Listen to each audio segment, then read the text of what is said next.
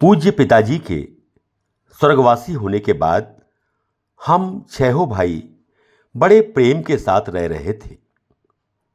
बड़े भाई साहब मूलचंद्र जी, मैं और पूरनचंद तो पूरी तरह व्यापार में व्यस्त हो गए थे। उधर छोटे भाई कैलाश चंद्र, सत्येंद्र और कृष्ण कुमार भी हाथ बटाने लगे थे। जगदीश प्रसाद गुप्ता से साझेदारी खत्म होने के बाद हमने निश्चय किया कि राम निकेतन बिल्डिंग के शोरूम में अपना काम शुरू किया जाए। अपनी मां श्रीमती किरण देवी के नाम पर मैसर्स किरण एंड कंपनी के नाम से एक फर्म की स्थापना सितंबर सन 1962 में की गई।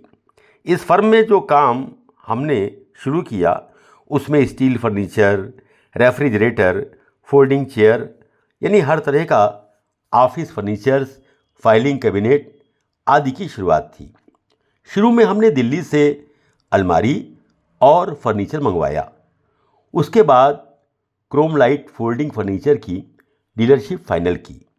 उसी समय बड़ौदा में कीजिया अफ्रीका के एक अप्रवासी भारतीय ने 17 एकड़ भूमि लेकर बहुत बड़े स्तर पर मैसर्स चंदन मेटल वर्क्स प्राइवेट लिमिटेड के नाम से अलमारी का काम शुरू किया, जो क्वालिटी में गोदरेज का मुकाबला करती थी। मैं बड़ौदा गया और चंदन मेटल वर्क्स से बात की। उन्होंने अपने बड़ौदा का रिटेल शोरूम भी दिखाया, अपनी फैक्ट्री का मुआयना कराया और अपनी क्वालिटी के बारे में बताया।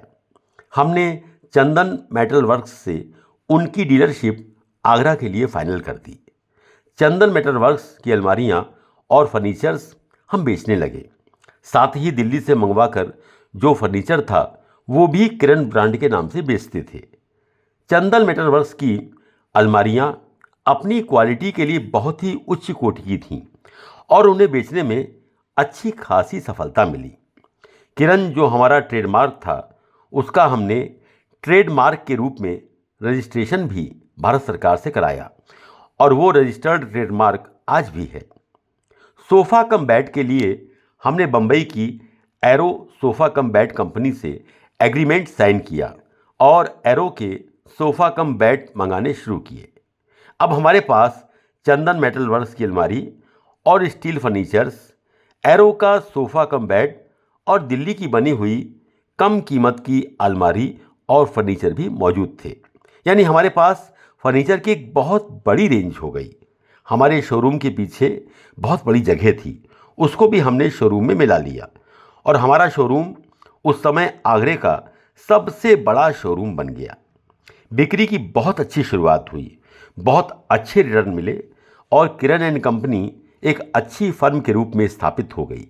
हमारा अलीगढ़ का काम भी अच्छा चलने लगा था और आगरे का काम भी।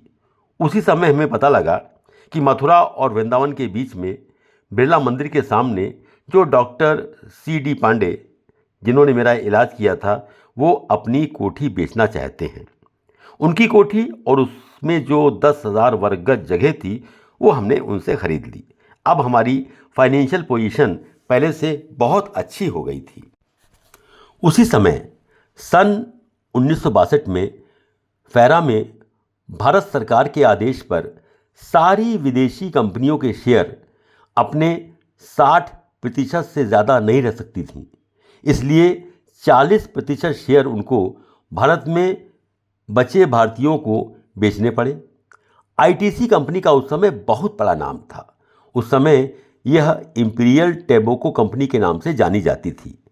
आगरा में इसके शेयर बेचने के समय कोई भी एप्लीकेशन फॉर्म उपलब्ध ही नहीं थे, तो मैं स्वयं कानपुर गया और नेशनल ग्रिंडले बैंक जो उनके बैंकर्स थे उनसे 4 फॉर्म खरीद कर लाया और ये 4 फॉर्म हमने बड़े भाई साहब श्री मूलचंद जी, मैंने अपना नाम से और 2 छोटे भाइयों के नाम से 2000 के जिसके 200 शेयर मिले वो ले लिए। इस कंपनी ने बाद में खूब अच्छा बोनस दिया और डिविडेंड भी। अगर किसी के पास वो 2000 रुपये के शेयर आज होते तो उसकी कीमत आज 6 करोड़ रुपए की होती। सन 1964 में हमारे शोरूम पर एक्साइज के 2 इंस्पेक्टर आए, श्री गोबर साहब और होंडा साहब। उन दोनों ने इंस्पेक्शन किया। हमारे यहाँ कोई अनियमितता नहीं पाई गई। तो उनकी निगाह अंदर गोदाम पर रखे हुए कंप्रेशर पर पड़ी।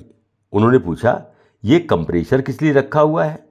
हमने कहा कि ये दिल्ली की फर्म जिससे हम फर्नीचर और माल मंगाते हैं, उन्होंने भेजा हुआ है और उन्होंने कहा है कि रास्ते में अगर माल ख़राब हो जाता है तो फिनिशिंग आगरा में ही कंप्रेशर से एयर स्प्रे करके ठीक हो जाएगी, जिससे फर्नीचर की क्वालिटी मेंटेन हो सके। तब उन्होंने हमसे लिखवाया कि हम अलमारी का काम मंगा कर करते हैं और कंप्रेशर से उस पर पेंट करते हैं। और फिर उन्होंने कुछ करेक्शन किया और दोबारा टाइप कराया तथा साइन करा कर ले गए। उन्होंने जिस पेज पर करेक्शन कराया था वो हमारे पास छोड़ गए। वो मैंने अपनी जेब में रख लिया। उनके हिसाब से टाइप किया हुआ मजमून उनको दे दिया। 1 घंटे बाद ही 2 वैन पुलिस की और कई एक्साइज के अधिकारियों द्वारा हमारी फर्म पर छापा मारा गया। उस समय हमारे यहाँ 250 अलमारी स्टॉक में थी और काफ़ी फर्नीचर भी था। उन्होंने हमारा बयान लिया और हमने कहा कि हमारे यहाँ स्प्रे का कोई काम नहीं हुआ है। हमें नहीं मालूम कि दिल्ली की सप्लायर फर्म एक्साइज डिपार्टमेंट से रजिस्टर्ड है या नहीं। फिर उन्हें ध्यान आया कि उन्होंने कुछ करेक्शन करके पर्चा हमको दिया था और उसी के अनुसार हमने दोबारा टाइप किया था। एक्साइज अधिकारियों ने हमसे कहा कि वो पर्चा जिस पर करेक्शन किया था उसे वो वापस कर दे। हमने कहा कि अगर वो पर्चा आप वापस चाहते हैं तो जो हमने टाइप करके आपको दिया है वो आप हमें दे दीजिए। उन्होंने कहा कि अग्रवाल साहब, एक्साइज से लड़ाई लड़कर आपको कोई फ़ायदा नहीं होगा। मैंने कहा कि हम तो आपसे सहयोग कर रहे हैं, ये पर्चा तो आपने करेक्शन करके अपने हिसाब से लिखवाया है। उसके बाद उन्होंने सारे माल को सीज कर दिया और सीज करके उसका सीजर मेमो बना दिया और सीजर मेमो बनवा कर वो 2 पंचों के सामने साइन कराकर उसकी एक कॉपी हमको देकर चले गए।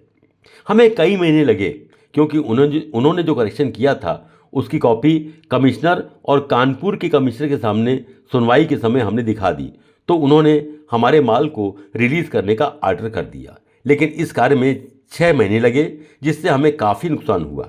सन 1964 में हम बहुत अच्छे स्तर पर किरण एंड कंपनी का काम बढ़ा चुके थे। इस बीच में हमने एक प्रीमियर पद्मिनी कार भी खरीद ली थी।